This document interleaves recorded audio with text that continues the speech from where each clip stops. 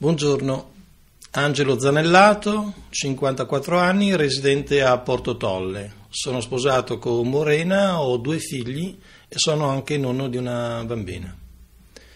Lavoro come libero professionista, sono presidente del collegio degli agrotecnici e sono da diversi anni impegnato in politica, sono ben 35.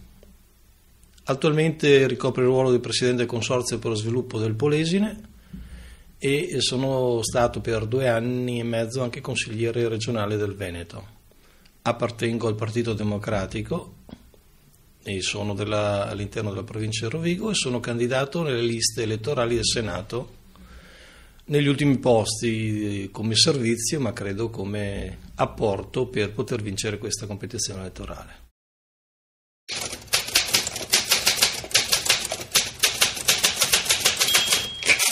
Se fossi eletto, e anche se non lo fossi, cercherei di far ritornare negli occhi dei nostri ragazzi un po' di gioia, un po' di speranza e farli uscire da questo torpore della paura del futuro, di quello che li aspetta.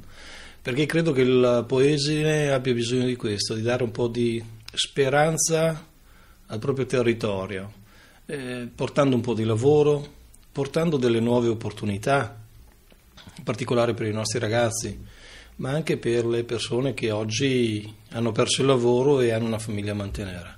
Ecco, io credo che questo sia l'impegno di un politico che deve prendere.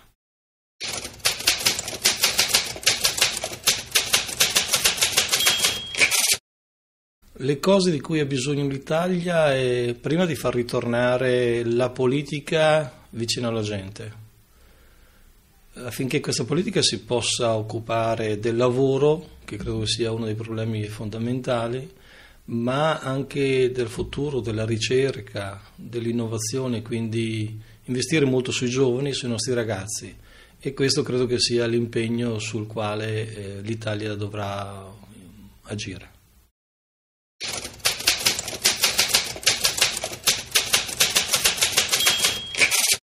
Per me sperare di essere eletto credo che sia una cosa quasi impossibile, però comunque continuare a lavorare per la mia gente, per il mio territorio e farlo uscire da questa paura, da questa necessità sempre di aspettare qualcosa e qualcuno che arrivi dall'altro.